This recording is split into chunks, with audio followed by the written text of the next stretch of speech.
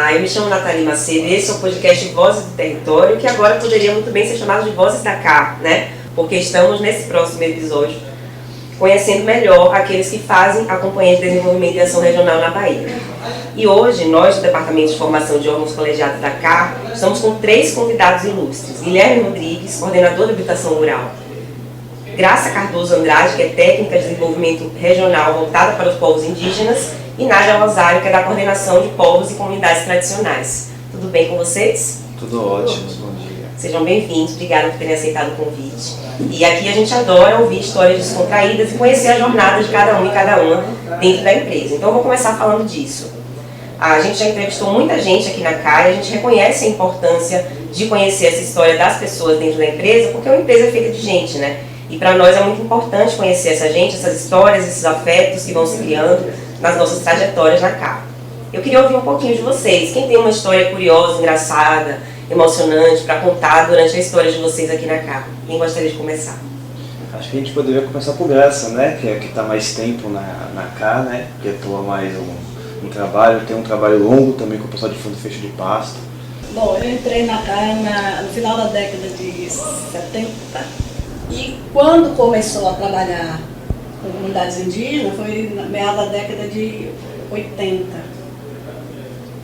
Então era interessante porque tinha um programa do Banco Mundial e esse programa visava, incluía pelo menos 4 comunidades indígenas que na época foram os que se autodeclararam indígenas. Tem alguma boa história desse tempo que a senhora participou, desses conflitos? A minha entrada lá no Esquiriri foi interessante porque eu tinha que provar que eu merecia confiança. Tinha que comer junto e dormir junto. Ele disse, tudo bem, para mim não tem problema. Aí ele me ofereceu uma comida. Aí eu disse, bom, você não me disse que ia ser um prato tão grande. Eu estou com a barriga cheia, eu comi 4 sanduíches, não sei quantos copos de suco. Então tá cheio mesmo. Eu disse, Mas eu levei um agrônomo comigo, que eu não sabia qual era a pergunta que eles iam fazer lá na área de agronomia. Aí ele disse, não, eu topo, e comeu. Quando ele comeu, o índio perguntou, o cacique. E aí, gostou? Eu gostei, então vai comer o prato dela. Quem mais gostaria de contar uma história boa, engraçada, divertida? Minha trajetória na CAI é engraçada porque eu fiquei 10 anos à disposição de outro órgão e tive a oportunidade de coordenar uma política de Estado, da Bahia toda, de regularização fundiária de comunidades quilombolas. Foi um trabalho que a gente começou no primeiro governo Wagner e não tinha nada, a gente começou do zero, fez, desde decretos, procedimentos, tudo a gente começou desde o zero mesmo, tinha junto com outros órgãos. E havia um grupo intersetorial para quilombos, chamado GIC. Um momento emocionante foi quando a gente conseguiu, em parceria todos os órgãos, organizar e regularizar e titular as primeiras 10 comunidades quilombolas da Bahia, porque havia um trabalho sido feito desde 1988, 89, aliás, 89 após a promulgação da Constituição, deu um ano para ser feito, mas a gente está até hoje fazendo. Mas assim, o interessante foi o processo que a gente teve que fazer de construir juntos e tal. E uma das pessoas quilombolas que teve mais protagonismo no início disso, o quilombola de lá de Ceabra, seu Júlio, ele lutou muito para que isso acontecesse e tal. Foi muito emocionante a gente conseguir a titulação e a partir do momento que a gente foi programar a entrega, não é uma coisa engraçada, foi uma coisa emocionante, Sim. Nessa convocação eu descobri por telefone que ele havia tido um derrame e estava em cima da cama e a mulher dele não sabia que ele tinha tido um derrame. Pelo que ela me contou, que era muito estranho ele não estar vindo, não estar respondendo, ele era muito ativo na história. Então, pelo telefone, a pessoa que trabalhava comigo no administrativo falou, eu não estou conseguindo falar seu Júlio, não sei o que, não é possível que ele não venha. Aí, consegui falar com a mulher dele e pela descrição que ela deu, ele está assim, está assado. Eu falei, ele teve derrame, você não pode ficar esperando. E ele já estava uma semana Então, eu entrei em contato com o sindicato de trabalhadores rurais, com as lideranças locais e tal, e aí que foram buscá-lo, internaram, ele ainda conseguiu melhorar um pouco. A gente teve a oportunidade de saber que ele, 2 dias, ele ficou esperando, porque 2 dias depois, quando levaram o título para ele ver, ele depois morreu. Quer dizer, não é uma coisa engraçada, mas foi emocionante a gente ter conseguido, porque ele dizia assim, o governo dá com a mão e toma com a outra. Mas ele conseguiu realizar o grande feito, são 2 irmãos, Júlio e Jaime Cupertino, o irmão dele, uma liderança também, um mestre, acabou de falecer, umas 2 semanas também. No meu é recente, né? Meu trabalho, o início de trabalho na CA, nós entramos em 2015 na gestão do Dr. Wilson, né? Nós entramos no intuito de tentar contribuir nos processos das habitações rurais na Bahia. Hoje o programa Minha Casa Minha Vida, né? Nós tínhamos ainda também lá na primeira gestão de Dilma, indo para a segunda gestão de Dilma, segundo mandato de Dilma, nessa discussão. E de lá para cá nós vemos avançando muito, graças a Deus, já foram mais de 3 mil casas entregues, sendo mais de 900 casas para quilombola, mais de 300 casas para indígena. Aí nós temos também mais de 300 casas para fundo e fecho de pasto, tem mais de 400 casas para assentamento. E o que nos deixa muito emocionado é quando nós chegamos nas comunidades, né? Aí você tem aquela casinha, a senhorinha ali com anos ali, com a casa caindo, e você poder dar essa condição, dar essa moradia, a lágrima descendo com senhoras de 60, 70 anos, com indígena, com os filhos lá, com os quilombolas, sem ter essa condição. Hoje nós trabalhamos num processo de retomada de obra, onde que as meninas estão nos ajudando e contribuindo na parte social. E você tinha casas paralisadas, casas sem perspectiva de retomada. Então, assim, eu acho que o trabalho nosso, em torno de coordenação geral, de coordenação de políticas públicas, vem trazendo muita emoção quando você vem para campo, quando você vê esse reconhecimento da turma nossa no campo, desse trabalho como um todo nosso. Aí a gente fica muito gratificante e muito feliz também. E você falou assim das quantidades de casa para os povos, comunidades tradicionais, para os indígenas. Existe alguma cota assim? Como é que funciona isso? Não, na realidade, você tem... Como que funciona? O Estado da Bahia ele atua em parceria com o governo federal. Nós trabalhamos dentro do programa Minha Casa Minha Vida Rural. Aí ele soltou a portaria, estou dizendo já de primeira mão, que é do novo, né, que tem para a Bahia 3.376 unidades habitacionais, né, essa nova leva de 2023-24, finalização ali em 2025. Então, porque é cota por estado, então você tem ali, eu acho, com prioridade para indígena, para quilombola, para assentamento, porém a cota é aproximadamente 3.800 casas, né, aí no estado. Entendi. Agora, para falar um pouquinho de políticas públicas, eu acho interessante pensar sobre a formação dessas políticas, né, o planejamento que elas demandam e, sobretudo, a importância de um processo maduro para esse planejamento, né, tendo em vista que, na maioria das vezes, as ações do poder público são centralizadas, de modo geral, não apenas na Bahia, né? E aí eu fico pensando como é que a gente efetiva essa descentralização, essa tecelagem das políticas públicas. Como é que se dá esse esforço de, através das políticas públicas, principalmente da governança participativa, incluir esses atores sociais nesse planejamento, né, nessa parte do planejamento. E como as políticas públicas são excelentes ferramentas de aprofundamento da democracia mesmo.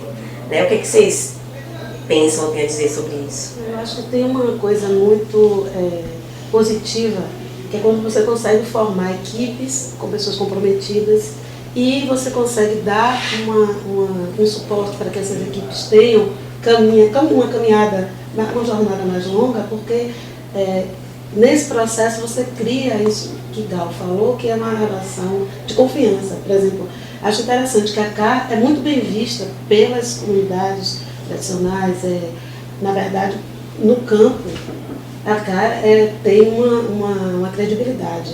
Né? Quando chega assim, as pessoas, quando acaba de chegar, a coisa vai se resolver, vai acontecer. Isso é construído ao longo do tempo, não é uma coisa que vem de uma hora para outra.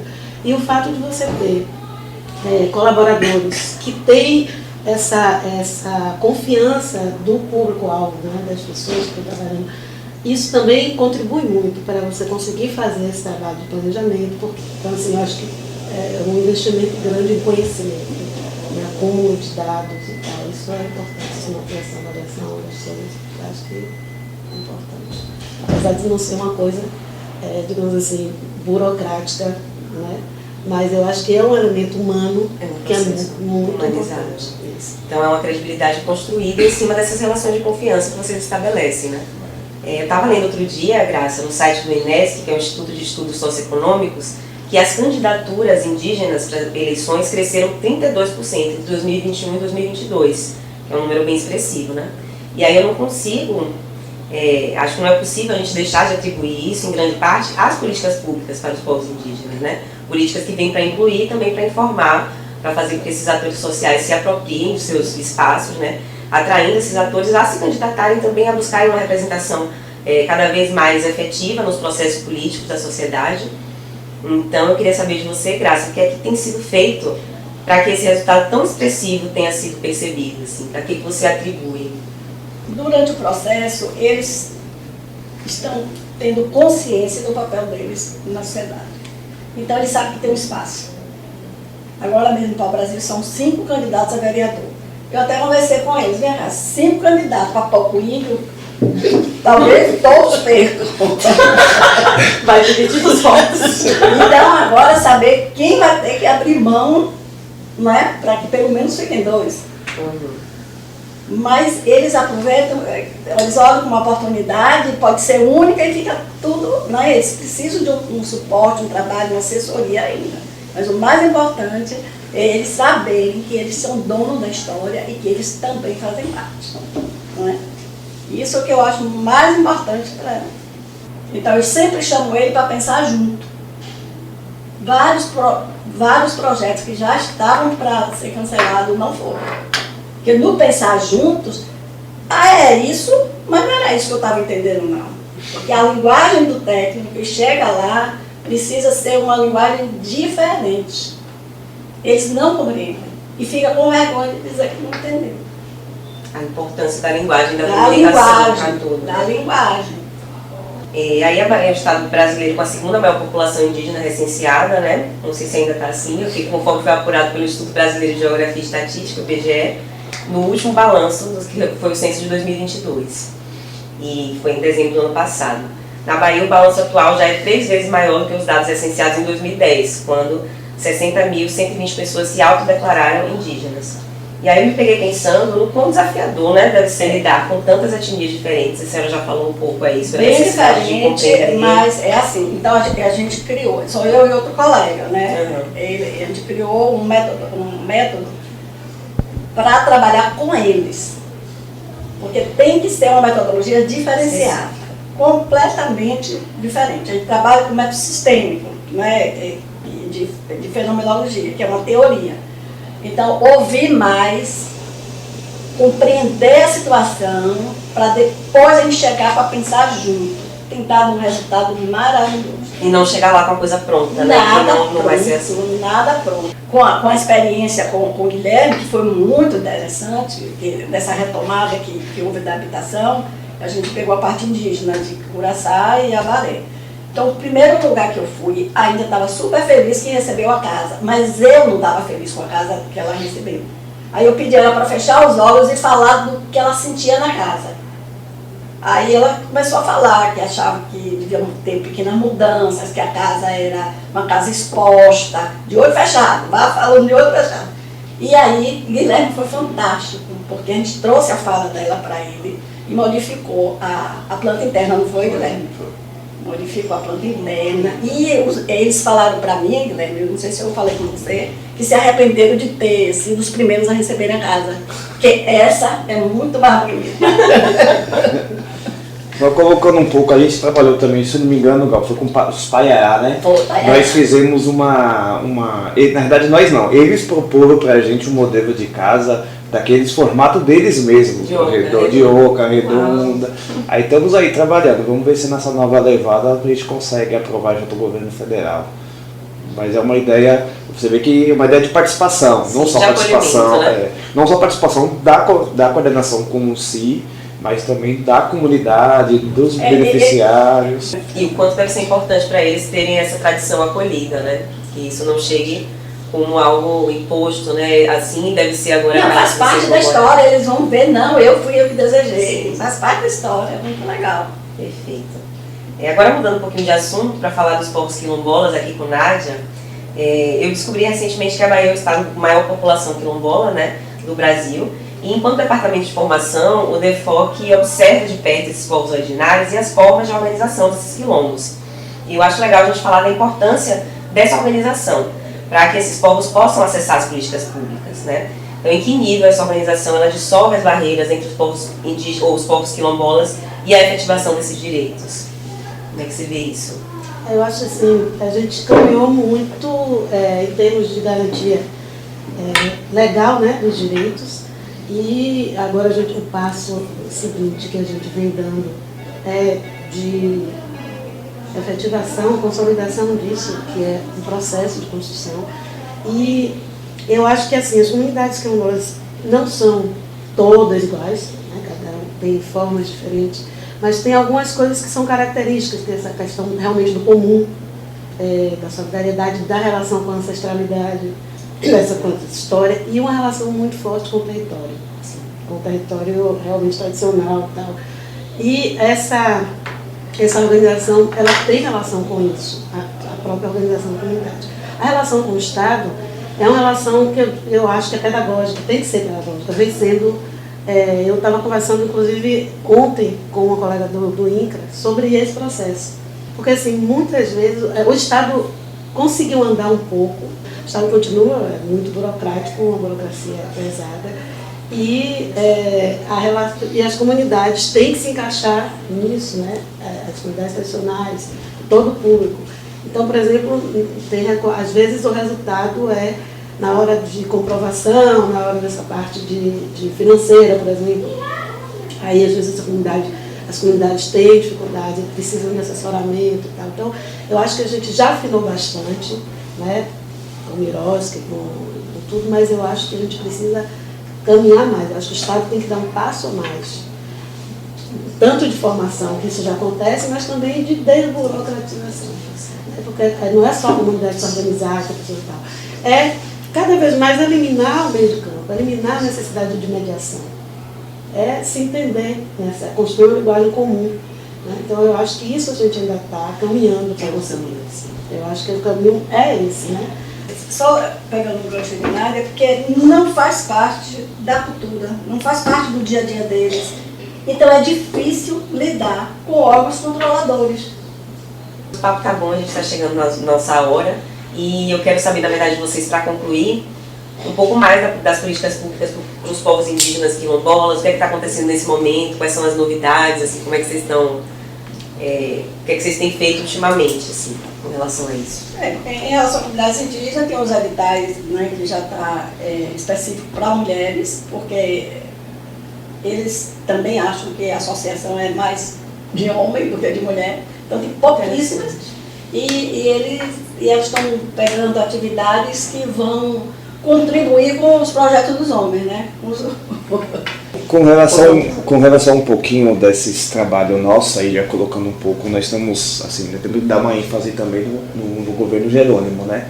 Porque nós temos hoje, de fato, uma superintendência dentro da CEPROM, que é uma secretaria que lida com povos tradicionais, mas você tem uma superintendência com o status de secretaria, que trata ali do indígena. Então você encontra hoje dentro do governo, não só do governo da Bahia, uma própria secretaria que você consegue dialogar e discutir sobre os temas das comunidades tradicionais. E dentro delas, aí eu trazendo um pouco para a SDRK, né, um pouco para cá tem uma coordenação hoje que trata só disso, tudo que se trata, se discute de comunidades tradicionais, tanto os indígenas quanto os quilombolas, tudo dentro da cá, na nossa coordenação, ali com o Doneiro Henrique, que é o nosso coordenador de povos e comunidades tradicionais. Trazendo um pouquinho, Graça já colocou um pouco da questão dos projetos de mulheres. Nós lançamos um edital recente agora, estava previsto para 2 milhões e 200, seriam 11 projetos. Hoje nós conseguimos aprovar agora para 14 projetos, nós conseguimos apoiar um pouco junto ao Fundo de Combate à Pobreza, voltado um pouco mais para indígena. Nós temos também um projeto do ano passado de mulheres, onde que atende comunidades quilombolas, comunidades indígenas também, projetos voltados para mulheres. Nós temos a questão das casas, das unidades habitacionais agora. Nós estamos prevendo aí investir dessa cota da Bahia, nós conseguimos pelo menos acá, conseguiu cadastrar mais de 300 unidades para indígena, mais de 900 unidades habitacionais para comunidades tradicionais quilombolas. Aí eu tenho ali alguns fundos fecho de passo, alguns assentamentos também. Então a gente está conseguindo avançar. Aí Graça já trouxe também uma perspectiva do projeto de capacitação. Nós conseguimos transformar esse projeto de capacitação de uma ação continuada para as comunidades indígenas nos 2 próximos anos. Então, assim, já tivemos autores do diretor ontem, nós sentamos ontem de tarde com a secretaria, né, com o GR, com a turma lá, com Patrícia, para poder afinar e bater o martelo na questão dos valores, quais são os custos, que nós vamos contratar uma entidade para dar esse suporte, porque eu acredito que para a política pública ter eficácia, nós precisamos cada vez mais nos organizarmos, aí quando falo nós Estado, e capacitar as nossas comunidades. Aí quando eu falo comunidades, eu também levo para aldeias, né, nossas etnias, tanto comunidades quilombolas, para que eles possam participar. E os processos nossos ser cada vez mais democrático, através de editais, né, que a CA já vem fazendo isso com Bahia Produtiva, no Quilombo. Mas se a gente conseguir cada vez mais capacitar, nós conseguiremos fazer cada vez mais associações, comunidades que possam participar desse processo. Então, assim, nós temos hoje um bojo de um investimento de quase 100 milhões para as comunidades indígenas e quilombolas. Eu acho que passa ainda, se você for juntar o Bahia Produtivo, o Pró-Semiárido, né, que agora você está indo Parceiros da Mata, nós vamos ter para os próximos anos aí de mais de 200 milhões investidos nessas comunidades. Já está existindo uma transformação. Já está né? existindo. Maravilha. Então é isso, vamos ficando por aqui. Se vocês não tiverem mais nada para falar, se tiverem, fiquem à vontade. Quero agradecer imensamente a presença de vocês, agradecer Guilherme também pela generosidade de trazer as meninas. E acho que esse podcast vai, sem dúvidas, contribuir para que os colaboradores da CA, sobretudo, se conheçam, né? Conheçam o trabalho uns dos outros, porque foi uma coisa que apareceu assim, muito nas escutas para formações, né? Todos os setores praticamente relataram isso, de que um setor às vezes não sabe, uma coordenação não sabe o que a outra faz, né? Um colaborador não sabe o que o outro faz. Então essa é a nossa intenção também, assim, acima de tudo, fazendo esses podcasts aqui dentro da CA. Então é isso, gente, nosso podcast está terminando por aqui. Eu espero que ouvir esse nosso papo seja para você, ouvinte, tão divertido quanto foi para a gente fazer, né? E é isso, até a próxima. Eu agradeço. Obrigada a vocês.